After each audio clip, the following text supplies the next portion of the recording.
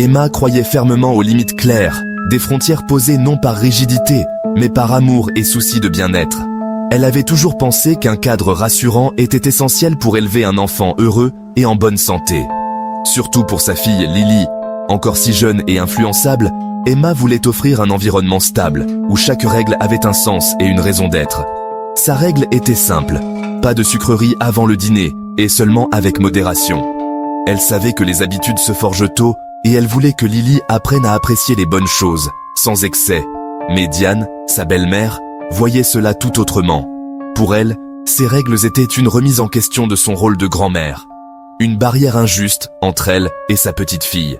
Pour Diane, les bonbons étaient de l'amour, une façon de créer des souvenirs doux et de partager des moments complices avec Lily. Pour Emma, il s'agissait d'inculquer des habitudes saines, de transmettre à sa fille le respect de son corps et de sa santé, même si cela signifiait parfois dire non. Chaque visite devenait alors une bataille silencieuse. Les règles d'Emma contre la défiance de Diane, un jeu de regards et de gestes à peine voilés, où chacune campait sur ses positions. Un samedi, Diane est arrivée, le sourire aux lèvres, les bras chargés d'un sac débordant de cadeaux colorés, comme si elle voulait marquer un grand coup. Mais à travers le papier brillant, on devinait déjà les emballages de bonbons qui dépassaient. Promesse de tentation sucrée pour Lily. Emma, attentive, a intercepté les friandises avant qu'elles n'atteignent les petites mains de sa fille, déterminée à faire respecter ses règles. « Diane, nous en avons parlé », a-t-elle dit, sa voix calme mais ferme, essayant de ne pas laisser la tension prendre le dessus. Diane a soupiré, exaspérée. « Oh, pour l'amour du ciel, Emma, c'est juste une petite gâterie, tu exagères. » La condescendance dans sa voix était évidente. Diane n'avait aucune intention de respecter les limites d'Emma, convaincue d'avoir raison. La ligne qu'Emma avait tracée n'était pas seulement franchie, elle était piétinée, effacée sous les pas d'une tradition familiale qui refusait de changer. Le décor était planté pour quelque chose de bien pire, une tension grandissante qui menaçait l'équilibre fragile de la famille. Cet après-midi-là, Emma a laissé Lily avec Diane, lui faisant confiance que sa limite serait respectée. Elle avait toujours cru que sa mère comprendrait l'importance de certaines décisions parentales et qu'elle respecterait les choix d'Emma et Marc pour leur fille. En partant, Emma ressentait ce mélange familier de gratitude et de soulagement, persuadée que Lily serait en sécurité, entourée d'amour et de bienveillance. Mais en rentrant, elle a été frappée par le silence inhabituel de la maison. L'absence de rire ou de bruit de jeu lui a immédiatement donné une sensation étrange, comme si quelque chose avait changé en son absence. Elle a posé ses clés, attentive au moindre son, cherchant la présence familière de sa fille. Lily est apparue, non pas avec une crise d'hyperactivité due au sucre, mais la main couvrant son oreille. Son visage était marqué par une inquiétude inhabituelle, et son regard cherchait celui de sa mère, comme pour demander silencieusement si tout allait bien. Alors qu'elle s'approchait, Emma a vu les nouveaux clous brillants dans les lobes d'oreilles de Lily. Le contraste entre l'innocence de l'enfant et l'éclat adulte des bijoux était saisissant. Emma a ressenti un mélange de colère, de tristesse et d'incompréhension. Le choc a figé Emma.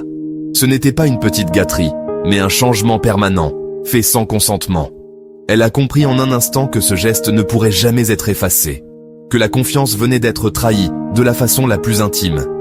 Emma et Marc avaient aussi convenu d'attendre que Lily soit plus âgée pour le perçage des oreilles. Diane le savait. Ils avaient eu cette discussion à plusieurs reprises, insistant sur l'importance de laisser Lily choisir pour elle-même, quand elle serait prête. Pourtant, voici la preuve du mépris de Diane, étincelante dans les oreilles de Lily. Chaque reflet des boucles d'oreilles rappelait à Emma la frontière franchie, la décision volée à sa fille et à elle-même. « Mamie a dit que j'étais une grande fille maintenant », a chuchoté Lily, confuse. Elle ne comprenait pas pourquoi sa mère semblait bouleversée, ni pourquoi ce geste, présenté comme un cadeau, provoquait tant de tension. Ce n'était pas un cadeau, c'était un secret, un fossé creusé entre la mère et la fille. Emma sentait déjà la distance s'installer, la complicité ébranlée par ce non-dit imposé. Diane s'était arrogé le droit de prendre des décisions qui n'étaient pas les siennes. Elle avait agi comme si son expérience et son statut de grand-mère lui donnaient tous les droits, ignorant délibérément les choix des parents. Les boucles d'oreilles étaient une déclaration de guerre, pas d'amour. Elles symbolisaient la rupture d'un pacte tacite, la blessure invisible d'une confiance trahie. La confiance d'Emma était brisée. Elle se demandait comment réparer ce qui venait d'être détruit, comment expliquer à Lily la gravité de ce qui s'était passé sans lui transmettre sa propre douleur. La dynamique familiale avait changé pour toujours. Ce jour-là, une frontière invisible s'était dressée entre les générations et rien ne serait plus jamais comme avant. La colère d'Emma fut immédiate et féroce. « Qu'as-tu fait ?» exigea-t-elle, réconfortant une Lily maintenant en pleurs. Diane, feignant l'innocence, répondit « Je lui ai fait un cadeau, elle est adorable. » La voix d'Emma tremblait. « Vous remerciez d'avoir fait quelque chose auquel nous avons explicitement dit non. » La confrontation a explosé. Des accusations de manque de respect, de manipulation et de contrôle ont fusé.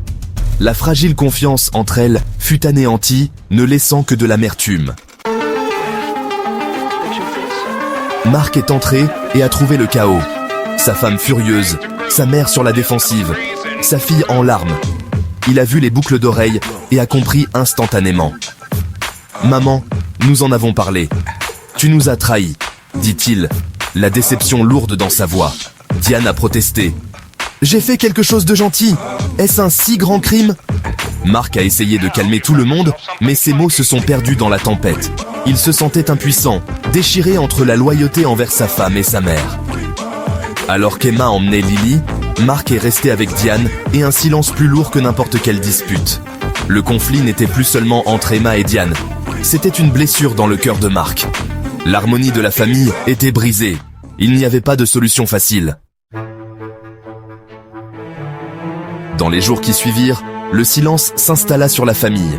La confiance d'Emma avait disparu, remplacée par la suspicion. Elle se demandait si la défiance de Diane faisait partie d'un schéma plus large. Après de longs débats, Emma installa une caméra discrète dans le salon. Elle avait besoin de preuves. Diane la sapait-elle quand elle n'était pas là? Mark hésita, mais voyant la détresse d'Emma, il accepta. La caméra était une mesure désespérée, mais Emma sentait qu'elle n'avait pas le choix. Elle espérait que ses craintes étaient infondées. Mais au fond d'elle, elle savait que la vérité serait difficile à affronter. Une semaine plus tard, Diane a rendu visite sous stricte surveillance. L'atmosphère était tendue dès le seuil, chaque geste observé, chaque mot pesé. Emma, méfiante, surveillait la moindre interaction, consciente que quelque chose clochait, mais sans pouvoir encore mettre le doigt dessus. Après le départ de Diane, Emma a revu les images, incapable de chasser l'inquiétude qui la rongeait. Elle s'est installée devant son ordinateur, le cœur battant, prête à affronter ce qu'elle redoutait de découvrir. Au début, rien ne semblait anormal. Des conversations banales, des sourires forcés. Jusqu'à ce que Mark sorte pour un appel, laissant Diane seule avec Lily. C'est alors que tout a basculé. Diane se pencha vers Lily, chuchotant à voix basse. « Maman a des règles stupides. Mamie sait ce qui est amusant, c'est notre secret. » Un sourire complice passa entre elles, mais il cachait une intention bien plus sombre. Le sang d'Emma se glaça. Elle n'arrivait pas à croire ce qu'elle voyait et entendait. Sa propre mère sapait son autorité, semant la confusion dans l'esprit de Lily. Diane continua, insistant. « Parfois, il faut faire des choses même si maman dit non. Mamie c'est mieux. » Les mots étaient lourds de sous-entendus, chaque phrase un coup de poignard pour Emma. Elle apprenait à Lily à mentir, à garder des secrets de sa mère, à remettre en question la confiance la plus fondamentale. Lily, confuse, semblait tiraillée entre deux mondes. C'était un sabotage délibéré du lien mère-fille. Emma se sentit trahie, impuissante face à cette manipulation insidieuse. Mais la colère et la douleur d'Emma se transformèrent peu à peu en détermination. Elle ne laisserait pas Diane détruire ce qu'elle avait construit avec Lily. La preuve était claire, c'était de la manipulation, pas de l'amour. Les images parlèrent d'elles-mêmes, révélant la véritable nature de Diane. La trahison était plus profonde qu'Emma ne l'avait imaginé. Elle ressentait un mélange de tristesse, de rage et de responsabilité envers sa fille. Maintenant, elle avait la preuve. Elle sauvegarda les vidéos, consciente que ce moment marquait un tournant décisif. La question n'était plus de savoir ce qui se passait, mais ce qu'elle ferait ensuite. Emma savait qu'elle devait protéger Lily, coûte que coûte. Le temps d'agir était venu. Emma se leva, le regard déterminé, prête à affronter les conséquences et à défendre sa famille. Le lundi, Emma est allée à la police avec la preuve vidéo. Son cœur battait la chamade, mais elle savait que c'était le seul moyen de protéger Lily. Elle a expliqué l'historique des violations de limites, le perçage d'oreilles non autorisé et la manipulation émotionnelle.